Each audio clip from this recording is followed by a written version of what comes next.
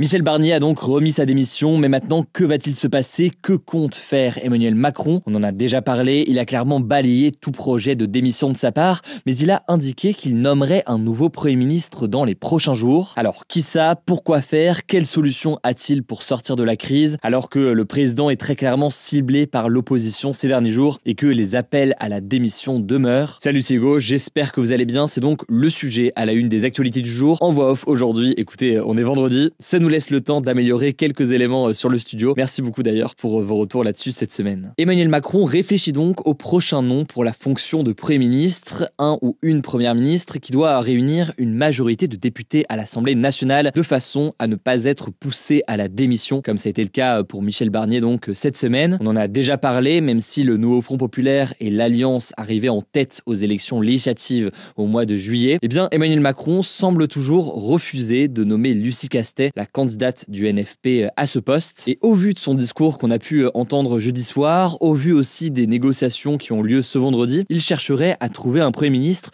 qui serait capable de réunir, je cite, un arc de gouvernement qu'il semble tracer du Parti socialiste au parti de droite Les Républicains, en passant donc par le camp présidentiel. Conséquence directe, les écologistes, les élus communistes, la France insoumise ou encore le Rassemblement national ne sont pas invités à échanger avec le président de la République aujourd'hui, une position qui fait énormément débat ce vendredi. On aura l'occasion d'en reparler. Mais alors, où en est-on des négociations à l'heure actuelle? À quoi ressemblent les positions de chacun sur la potentielle composition d'un gouvernement à venir? Je vais vous résumer tout ça le plus simplement possible. Et on va commencer avec le Parti socialiste, qui fait donc partie du nouveau Front populaire, avec la France insoumise, les écologistes ou encore le Parti communiste. Eh bien, le PS s'est dit prêt à négocier avec le camp d'Emmanuel Macron et les Républicains, je cite, sur la base de concessions réciproques. C'est ce qu'a annoncé le chef du parti, le premier secrétaire du parti Olivier Faure, ce vendredi sur France Info, tout en déclarant, je cite, qu'il n'est pas macroniste et qu'il ne compte pas le devenir. Boris Vallaud, qui est lui aussi membre du Parti socialiste, déclare que son parti souhaite certes un Premier ministre de gauche, mais qui serait ouvert au compromis. Bref, le PS semble s'ouvrir à trouver un accord avec d'autres partis, tout en déclarant qu'il faudrait un Premier ministre de gauche et qu'il s'opposerait aussi à toute utilisation du 49.3, qui est donc utilisé pour contourner le vote du Parlement. L'objectif affiché par le PS en disant cela, ce serait de montrer qu'il y aurait une volonté et un objectif d'avoir à chaque fois une réelle majorité à l'Assemblée nationale sur les textes qui sont discutés. Bon, mais tout ça semble déjà très délicat puisque Emmanuel Macron ne souhaiterait pas de Premier ministre issu du Parti socialiste tant qu'il sera allié à LFI, donc à la France insoumise au sein du nouveau Front populaire. C'est ce qu'indiquent notamment des journalistes de BFM TV relayés par d'autres médias. Alors évidemment, c'est une information à prendre avec beaucoup de pincettes, mais tout de même donc c'est un élément important à avoir en tête. Du côté de la France insoumise maintenant, eh bien on souhaite toujours un ou une première ministre issue du nouveau Front populaire, autrement dit quelqu'un de classé à gauche, mais bien donc membre du nouveau Front populaire. Ce que ça veut dire, c'est que l'ancien Premier ministre sous François Hollande, Bernard Cazeneuve par exemple, ne serait pas une option valable pour eux, car il n'est plus membre du PS. Et à l'inverse, évidemment, une candidate comme Lucie Castet leur conviendrait davantage. Les écologistes, eux, comme la France insoumise, n'ont pas été conviés à l'Élysée, mais ils semblent, comme le Parti socialiste en l'occurrence, ouverts à plus d'échanges avec les centristes et le camp présidentiel pour sortir de la crise. Et enfin, du côté des communistes, on appelle, je cite, un pacte républicain et social. À voir ce que tout cela veut dire. En tout cas, eux non plus n'ont pas été conviés pour l'instant à des échanges avec Emmanuel Macron. Bref, pour résumer, au sein du nouveau Front populaire, il y a des divergences importantes sur la stratégie à adopter, avec clairement donc des différences de vision entre le PS et la France insoumise. Certains élus de la France insoumise qui estiment qu'il y a aussi une forme de trahison avec donc cet échange entre Olivier Faure et le président de la République. Alors très rapidement, du côté du camp présidentiel, vous l'imaginez, la position est celle très proche du président de la République. Gabriel Attal, par exemple, évoque l'idée de créer une forme d'accord de non-censure du gouvernement qui irait du PS aux Républicains. Et le camp présidentiel, par ailleurs, appelle le PS à quitter le nouveau Front populaire et à prendre ses distances avec la France insoumise. Et donc, ce que l'on observe plus largement, c'est que d'un point de vue purement de stratégie politique, Emmanuel Macron tente de casser cette alliance du nouveau Front populaire, en espérant donc que le Parti socialiste acceptera et rejoindra donc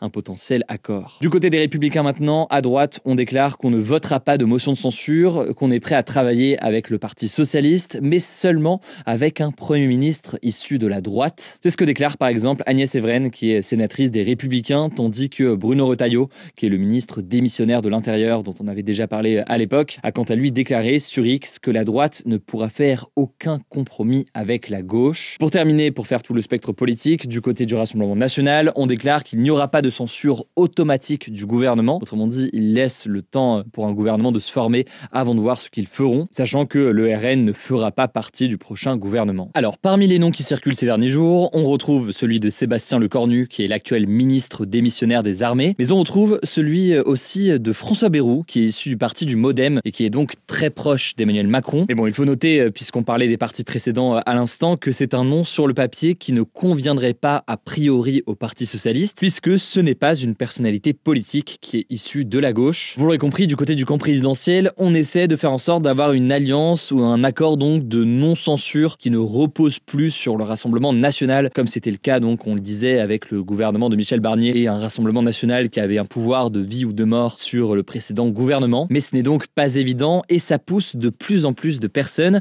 à réclamer donc une démission du président de la République. Alors c'est la position, on en avait déjà parlé depuis longtemps, de la France Insoumise. C'est aussi la position de certains élus d'autres bords politiques, par exemple Jean-François Copé des Républicains ou encore le député Charles de Courson du groupe Lyotte à l'Assemblée nationale. Charles de Courson, qui est plutôt classé à droite ou au centre droit, qui estime que le président, je cite, est à l'origine du chaos politique. Le RN, de son côté, adopte une position assez ambiguë. Sans appeler formellement à la démission du président de la République, il cible très clairement le président comme étant responsable de la situation et la démission comme l'une des options existantes et possibles. Si jamais vous aviez suivi en direct avec moi notre live cette semaine, vous aviez vu cette position notamment de Marine Le Pen à l'Assemblée nationale. Alors techniquement, pour tous ceux qui se posent la question, il n'y a pas d'article dédié à une démission du président dans la Constitution française, qui est donc la norme suprême en France, mais le président de la République peut tout de même démissionner pendant son mandat. Dans ce cas, c'est le président du Sénat qui assure l'intérim. Donc là, en l'occurrence, ce serait Gérard Larcher. Et l'élection d'un nouveau président devrait avoir lieu dans ce cas-là, dans un délai de 35 jours, avec donc l'organisation d'une élection présidentielle anticipée. Alors je vous le disais, vous l'avez suivi cette semaine, Emmanuel Macron a répété plusieurs fois qu'il ne démissionnerait pas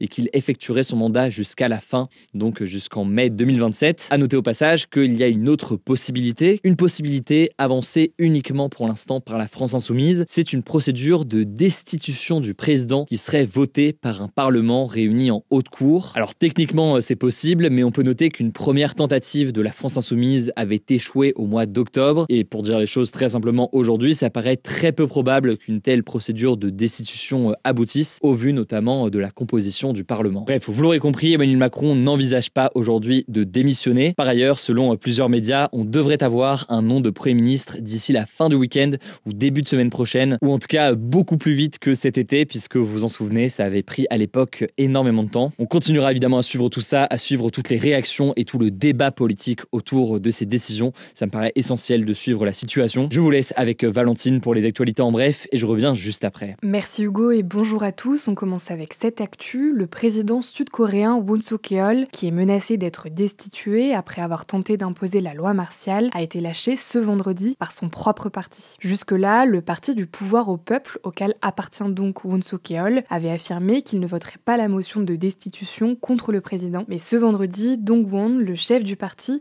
a changé de position et a affirmé que le président faisait courir, je cite, un grand danger au pays et a conseillé sa suspension rapide. Il a aussi déclaré détenir des preuves que le président avait ordonné l'arrestation de dirigeants politiques dans la nuit de mardi à mercredi lorsqu'il a déclaré la loi martiale. La motion de destitution contre le président sera débattue ce samedi et il y a donc de très grandes chances qu'elle soit votée. À noter aussi au passage que les députés de l'opposition ont décidé de ne pas quitter l'Assemblée jusqu'au vote de la destitution. En fait, ils s'inquiètent qu'une nouvelle loi martiale soit instaurée d'ici là, ce qui pourrait, s'ils ne votent pas son arrêt rapidement, les empêcher de pouvoir voter la destitution. Ils campent donc actuellement dans le Parlement. Deuxième actu, des manifestations ont éclaté dans le département d'outre-mer de la Martinique après que Rodrigue Petitot, le leader du mouvement contre la vie chère, a été placé en détention provisoire ce jeudi. Son association avait lancé en septembre un mouvement de contestation contre les prix des produits en Martinique qui avait dégénéré en violence. Il avait d'ailleurs été interpellé le 12 novembre après s'être introduit à la résidence préfectorale de Lille pour s'entretenir avec le ministre des Outre-mer qui était sur place. Rodrigue Petitot reste donc derrière les barreaux jusqu'à son procès le 21 janvier pour lequel il risque 10 mois de prison ferme aménageable. Selon TF1, environ 350 manifestants se sont rassemblés ce jeudi dans les rues de Fort-de-France et des projectiles ont été lancés sur les forces de l'ordre qui ont utilisé des gaz lacrymogènes. À noter que le protocole Vichère, qui limite limiter l'écart de prix de certains produits en Martinique par rapport à l'Hexagone a été suspendue depuis le vote de la démission du gouvernement Barnier. Troisième actu, la République démocratique du Congo, un pays d'Afrique centrale, est sous alerte maximale après la détection d'une nouvelle maladie encore inconnue qui a fait 131 morts en un peu plus d'un mois, selon un nouveau bilan communiqué ce jeudi par le ministère de la Santé du pays. Au total, des symptômes ont été repérés sur 382 personnes. Selon les premières données, cette maladie qui ressemble à une grippe avec de la fièvre, de la toux et des maux de tête touche particulièrement les plus jeunes. 40% des cas concernent des enfants de moins de 5 ans. Les spécialistes pensent pour le moment qu'il s'agit d'une maladie affectant le système respiratoire,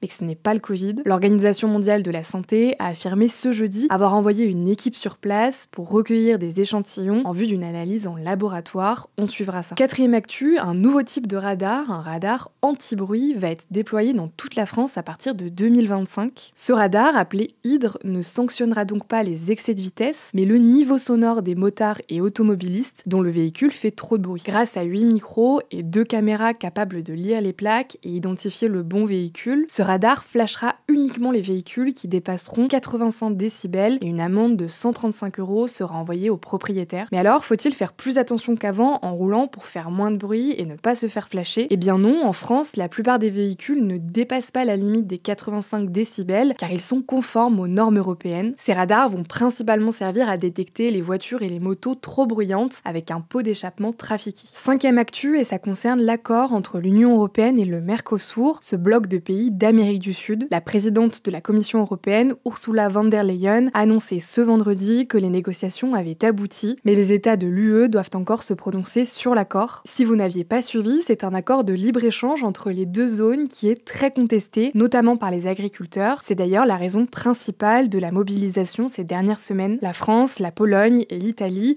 y sont totalement opposés. Alors selon Sophie Primas, la ministre démissionnaire au commerce extérieur, l'annonce d'Ursula von der Leyen n'engage pas les pays membres. En gros, la Commission européenne négocie les accords commerciaux au nom des 27 États membres de l'UE, mais pour entrer en vigueur, ils doivent être ratifiés par au moins 15 États membres représentant 65% de la population de l'UE, puis par le Parlement européen. On suivra ça. Et on termine la semaine avec cette bonne nouvelle, l'Association internationale de développement va débloquer un montant record de 100 milliards de financement pour les 78 pays les plus pauvres de la planète, a annoncé ce jeudi la Banque mondiale. Ces fonds iront notamment à des pays d'Afrique en leur accordant des subventions et des prêts à taux faibles ou même sans intérêt pour que son remboursement ne soit pas trop important. Cet argent est en fait destiné à financer des projets et des programmes qui stimulent la croissance économique, réduisent la pauvreté et améliorent l'accès à l'éducation ou encore la santé. Aujourd'hui, 35 pays qui étaient autrefois bénéficiaires de ces fonds, comme la Chine, la Turquie ou la Corée du Sud, sont désormais, je cite, de généreux donateurs de fonds selon la Banque mondiale. Merci beaucoup Valentine. Alors le débat du jour, c'est le suivant. Seriez-vous favorable à une démission d'Emmanuel Macron? Ça se passe directement dans les commentaires de cette vidéo. Pour suivre l'actualité ce week-end, je pense que vous le savez, mais ça se passe directement sur Instagram. Le nom du compte, c'est Hugo Décrypte. On aura aussi une nouvelle interview sur notre chaîne YouTube dédiée au grand format. Donc je vous mets la chaîne directement en description si vous n'êtes pas encore abonné. Prenez soin de vous, prenez soin de vos proches et puis on se dit à très vite.